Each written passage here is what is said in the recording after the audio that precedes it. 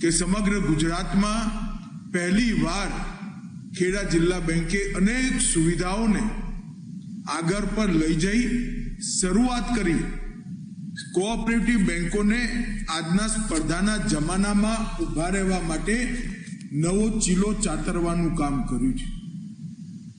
આ એ જ જિલ્લો છે જ્યાંથી સરદાર પટેલના યશસ્વી માર્ગદર્શનમાં, સરદાર સાહેબના માર્ગદર્શનમાં અમૂલની શરૂઆત થઈ. અમૂલે સમગ્ર દેશ અને દુનિયામાં સહકારિતાથી કઈ રીતે સમૃદ્ધિ જમીન પર આવી શકે એનું એક ઉદાહરણ પૂરું પાડ્યું.